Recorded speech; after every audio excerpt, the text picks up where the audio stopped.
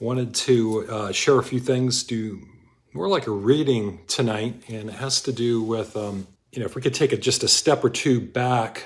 It wasn't that long ago we were in unleavened bread, and we've been talking quite a bit about first fruits, and there's a portion, I believe I had read some of this last year, but it bears repeating. It was just so interesting and so good. And so there's a portion of the Mishna that actually records the night before the reaping of the first fruits of the barley harvest. There was a certain protocol that was followed. And it was from that protocol that I had taken copious notes years ago. And I began to see some similarities, like striking similarities about what happened to Yeshua and his arrest and his binding, and he's being escorted and carried to the temple courts, and in his beating. So the whole processing of the first fruits offering, the sheaf that was waved, but also the barley offering, the barley flour meal offering, his life and his suffering and his passion corresponded in a remarkable way. I mean, it was revelatory. And still to this day, I don't really know what exactly to make of that. I certainly wouldn't want to draw an argument that, because there was such striking corollary between the two, that therefore rabbinic tradition is always right and good and is to be upheld in all instances and revered. Not necessarily the case. I don't believe that. But yet it was uncanny that he fulfilled the scriptural types, but also in terms of rabbinic tradition, the halakha, the takanot, the stipulations of how the commandments were to be fulfilled, observed in the first century. Remarkable corollaries. So I'd like to read some of this background to you in the way of history, but also I think you just find it really fascinating. So this is, I think what the actual passage, okay, so it's in Mishna, the order or the chapter, it's called Menachot, chapter 10. And I'm not sure how much I'm going to read, but I'm just going to pick a portion. The question is raised in the Mishnah, how would they do the reaping of the omer? So the omer, the barley sheaves, the first fruits which were commanded to be brought to the Lord and waved before him. And the text in Leviticus is very clear. It's to be waved before God so that the people would be accepted. So I'm like, wow, the acceptance of the people is all based on this sheaf. I mean, that's a pretty strong statement. And it's not even a blood offering, so it's just remarkable that it would say that the acceptance of the Israelite people before God accepting them, is based on their adherence to this commandment regarding the waving of the first fruit sheaves of the barley harvest. So the question is raised in the Mishnah, how would they do the reaping of the omer? So this is how they do it. The agents of the court would go out on the eve of the holiday, and they would make them into bundles while they were still attached to the ground so that they would be easy to cut. So they tied them in like bundles. And all cities that were near there would come so that it would be cut with great fanfare. So it wasn't done quietly. There was like a parade of people that would join, just like we have like a 4th of July celebration and millions of people attended. Well, lots of people, maybe not millions, but lots of people would attend this unusual ceremony. Once it got dark, the reaper would say to them, has the sun set? And they would answer, yes. And he'd ask again, has the sun set? They would answer, yes. With this sickle? Meaning, should I be cutting the first fruits with this sickle? So it was like this bantering, like this back and forth, playful jest, but yet, they're aware that they're fulfilling actual mitzvot, commandments that are in the Torah. And it would go back and forth. With this sickle, they would answer yes. With this sickle, they would answer yes. Into this basket? Meaning, will I put the first fruits into this basket? And they would answer yes. And he'd repeat the question, into this basket? And they would answer again, yes. On Shabbat, he would say to them, yes. Okay, so let's pause there. So Sabbath obviously is a revered institution in Judaism. As it is today, in ancient times, it's revered. And so you couldn't reap on the Shabbat. So the question may be raised, well, how could they say, yes, on the Shabbat, we're going to cut this thing? So how it works is the Sabbath is a negative commandment, thou shalt not work on the Sabbath. It's embodied in a negative mitzvah. And then there are positive mitzvahs, such as, you shall circumcise on the 8th day. You shall reap the first fruits. And so whenever there's a positive commandment, a positive mitzvah and a negative mitzvah that conflict, the positive mitzvah wins out. And that's what the rabbis decreed. Because you have to make sense of this. I mean, these things have to be worked out in real time. These are real issues. Shabbat carried death penalty, for violating Shabbat. So it was a pretty big deal. And so at some point they decided, the Rabbonim decided that in terms of, when two conflicting commandments are being considered, that the positive one, the onus is on you to fulfill the positive one, and then forget about the thou shalt not at that point, because it's a higher level mitzvah when there's a positive command. Hopefully I shared that in a way that it makes sense. So on Shabbat, he would say to them, is it Shabbat? And they would answer, yes. Is it Shabbat? And they would answer, yes. Shall I reap? They would answer, reap. Shall I reap? They would answer, reap. So 3 times for each question, they would answer, can. Yes, yes, yes. Why so much? To prove wrong the Bethusim, so it's a sect of the Sadducees, Bethusians, would be said in English. The Bethusians rejected the oral Torah, and so this was done to prove wrong the Bethusians, who would say that the Omer was only reaped on the day after the first day of the Pesach holiday. So basically, it's, they're forming an argument that is essentially in the Mishnah proving the Pharisaic view to be correct in terms of when is the Feast of First Fruits. And I'd already given a talk about that. There's 3 different opinions. I'm not going to get into all that because I covered it pretty carefully. So let's continue on. So they would reap it, the first fruits of barley. They would reap it and place it in baskets. It would be brought into the temple courtyard, and they would singe it over the fire to fulfill the commandment that it be brought from parched grain. It's in the Torah, parched grain. These are the words of Rabbi Meir. The sages say they would beat it with reeds and stems to remove the husks. So it's just interesting. I cover this. Yeshua was beat on the head with a reed. And here we have the first fruits of the barley harvest are to be beat with reeds. And you have to beat the head. That's the part that has the seeds. You've got to beat it, wham, wham, wham, and continue beating it until the seeds are released and begin to be separated from the stalk. And they'd also would singe it as well. And Yeshua also is referred to as that, he's like a burnt offering. And so he was bruised and he was wholly consumed on the tree. So they would beat it with reeds and stems in order to remove the husk so that the grains, the seed kernels would not be crushed. They would then put it into a tube which was perforated. So picture a long tube that had holes drilled into it, perforated so that the fire could reach all of it. And they would roll the tube. So the seeds would be being rolled. It's almost like evenly cooking something so it doesn't all burn on one spot. You're continuing to move it so that everything is singed together gradually so that no single seed is like ruined because it's being burnt. So that was the whole rationale behind sticking it into a perforated tube. And it's amazing that they even had this kind of technology in the first century. It's like I would not have imagined that things would be that like technologically advanced, but they were. Continuing on, these are the words of Rabbi Meir. The sages say they would beat it with reeds and stems to remove the husk so that the grains would not be crushed.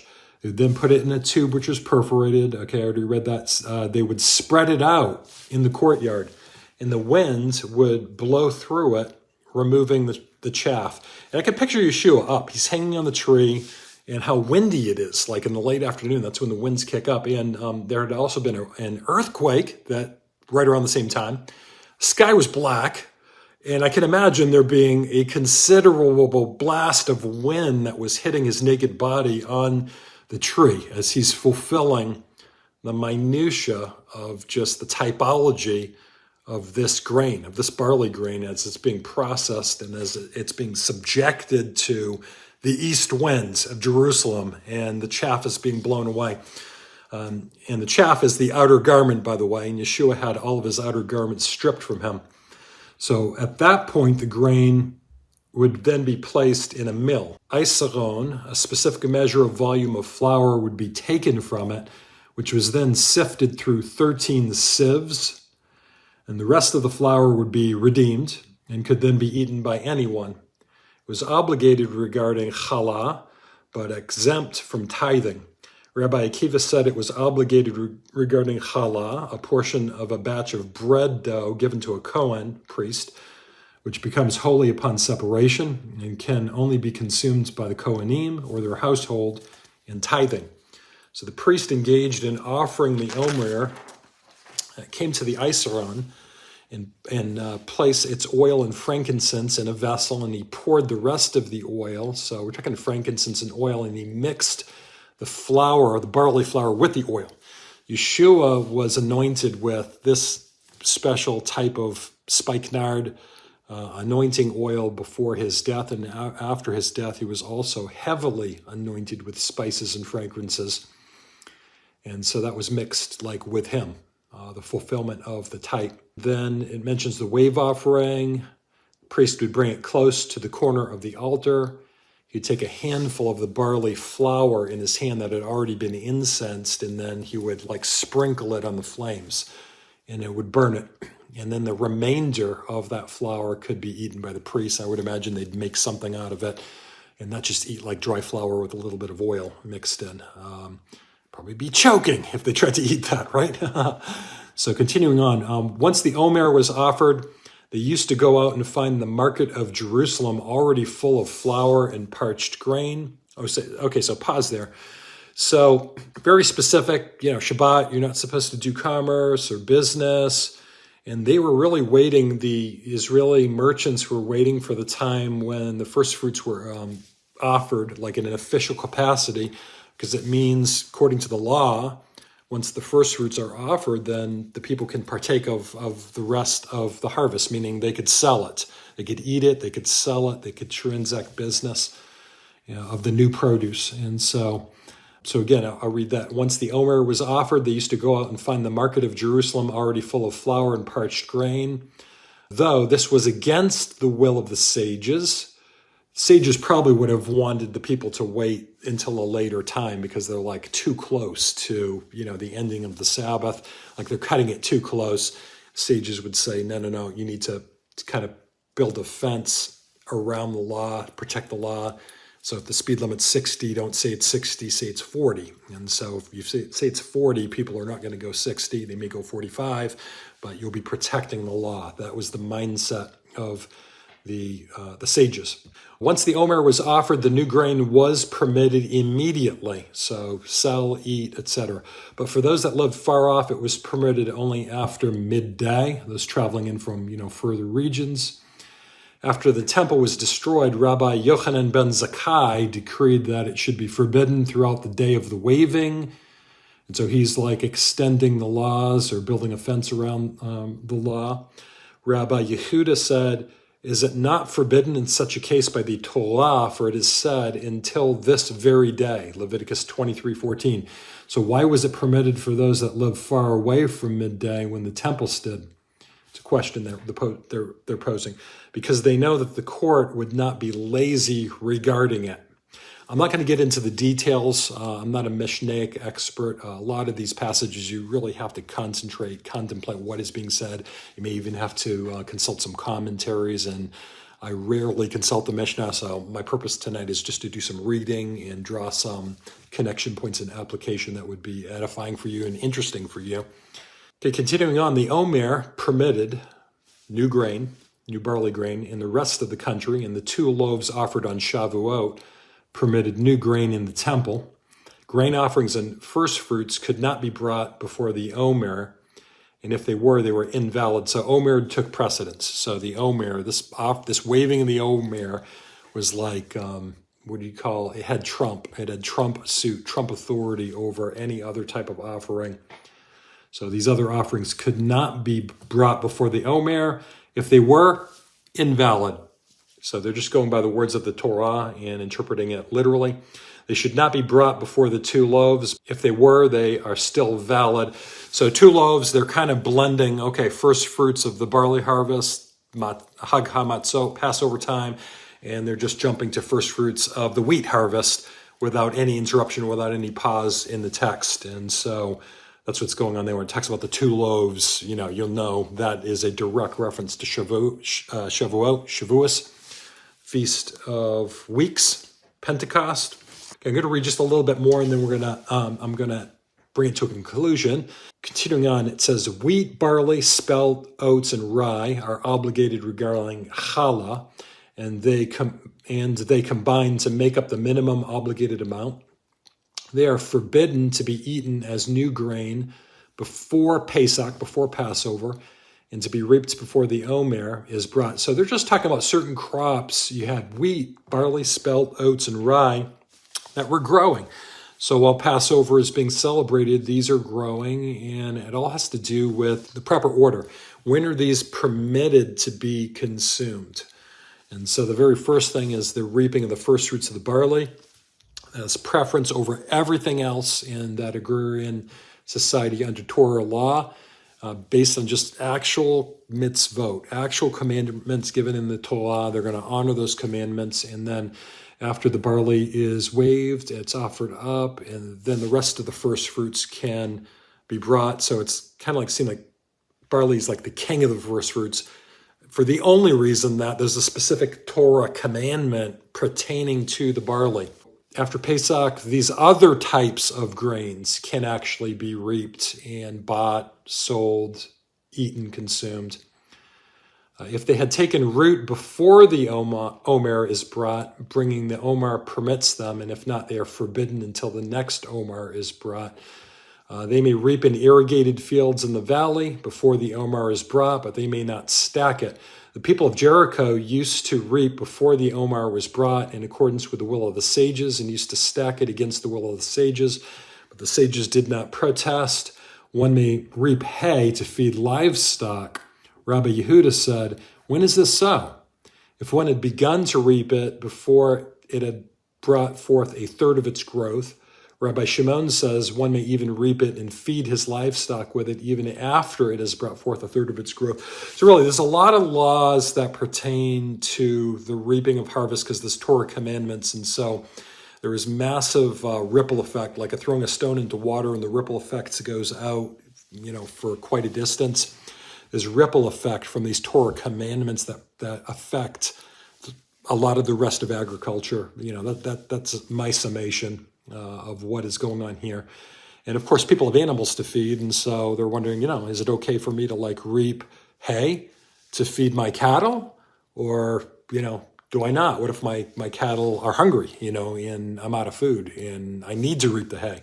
So things like this were like real life case situations that would come up, and then the rabbis would have to, the Sanhedrin would have to actually decide on, what's the halakha? What is the proper way of doing things so we can honor the mitzvah that's in the Torah and not violate that? And so the sages had an important role of being like the officiators who would officially decide on what is the halakha, what's binding, what you can't do, and then what is to be loosed, what you're permitted to do. So binding and loosing, and the whole teaching of binding and loosing found in the gospel accounts as a direct application as it relates to binding and loosing specifically. That's a rabbinic formulation for what laws are you required to perform, and then what are you free from performing, or you're not responsible. That's the true meaning of binding and loosing. And so I know there's a lot of binding and loosing talk as it relates to spiritual warfare. Certainly, I'm sure there's some application in the realm of prayer and of our action against the adversary and his minions, no doubt. But I think that if you want to understand that in its true context, you really need to get a handle on the Jewish roots of Christianity and see what those terms actually meant in the first century, binding and loosing. So anyway, separate bunny trail there. So I think I'll probably put a cap on it. There's a lot more material here. Very interesting, though. So I would encourage you, if you have further interest, to go ahead and read this Menachot chapter 10. I have dropped that into the Holy Language Student Hebrew Tool Vault, so it's there. There's actually a link. You just click on it, and it contains the entire, I don't want to call it a tractate. It's not in order. Maybe it is called a tractate. Yeah, I think it would be called a tractate. Mishnah tractate, Menachot.